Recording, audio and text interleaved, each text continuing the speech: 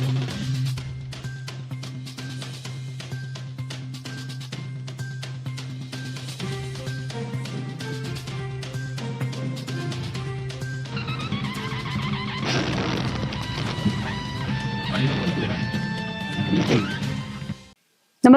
आपण पाहता Hirkani news. Hirkani news प्रत्येक क्षण ताज्या घडामोडी आणि महत्त्वाच्या प्रत्येक बातमीसाठी नेहमी तत्पर. पोलीस अधीक्षक तुषार दोषी ऍक्शन मोडवर. सांगली पोलीस दलात खांदेपालट. नशेखोरी ठेचण्यासाठी सक्त सूचना. सांगली जिल्ह्यात गेल्या काही दिवसात वाढलेली गुन्हेगारी आणि नशेखोरी नागरिकांसाठी चिंतेचा विषय बनली आहे. या पार्श्वभूमीवर पोलीस अधीक्षक तुषार दोषी यांनी आक्रमक पाऊल उचललं असून संपूर्ण सांगली पोलीस दल ऍक्शन मोडवर आला आहे. कर्तव्यात कसूर करणाऱ्या अधिकाऱ्यांना मुख्यालयाचा रस्ता दाखवत त्यांना जिल्ह्यात गुन्हेगारींचे कंबरडे मोडण्यासाठी एका LCB सह स्थानिक पोलिसांना सक्त सूचना दिल्या आहेत.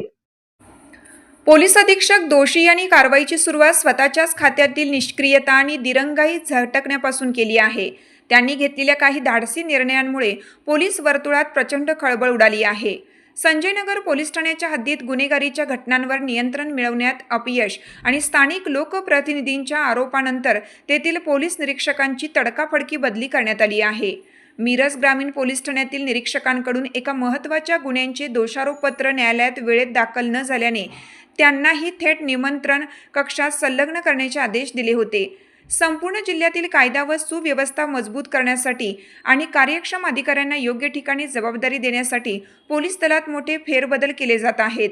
सांगलीतील अंमली पदार्थाचे वाढते जाळे उद्ध्वस्त करणे हे पोलीस अधीक्षकांचे मुख्य लक्ष आहे. यासाठी स्थानिक गुन्हे अन्वेषण शाखेच्या नेतृत्वाखाली एक विशेष आणि ठोस असा प्लॅन तयार केला जात आहे.